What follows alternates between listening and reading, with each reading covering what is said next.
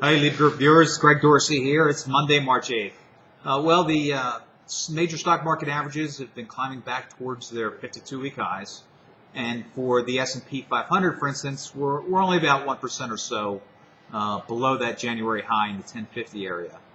Depending on how the S&P and the Dow Industrials, for that matter, act in the near term, it should set the tone for the market for the next several months.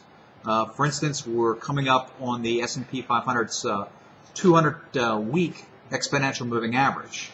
If the powerful rally that we've experienced in the last year is nothing more than a bull trap in the context of an ongoing secular bear market, then there's a strong argument, and there's a strong argument to be made that that's the case.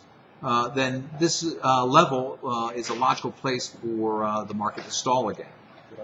Failure to close above the 1050 mark for several days running will likely shake investors' confidence and lead to at least a modest pullback in share prices, and possibly retreating back to around 1050 or so. If, on the other hand, the S&P does hold above 1050 for a couple of days running, the technical breakout will bring in more buyers and likely drive share prices higher. Looking at the index long-term chart, the next leg up could probably carry us to 1220 or so, last seen back in September 2008. That area represents formidable overhead resistance that stretches all the way back to 1999. Now, admittedly, the economic picture has gotten a bit better lately, but not meaningfully so, and largely still on the back of government largesse.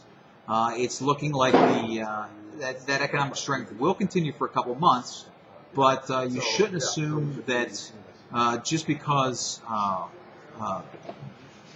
stocks have moved up and the economy is getting better, that stocks will continue to advance.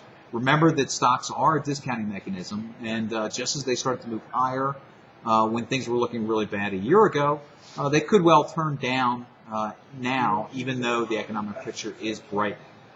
Well, that's all for now. Thanks for stopping by, and we'll see you again soon.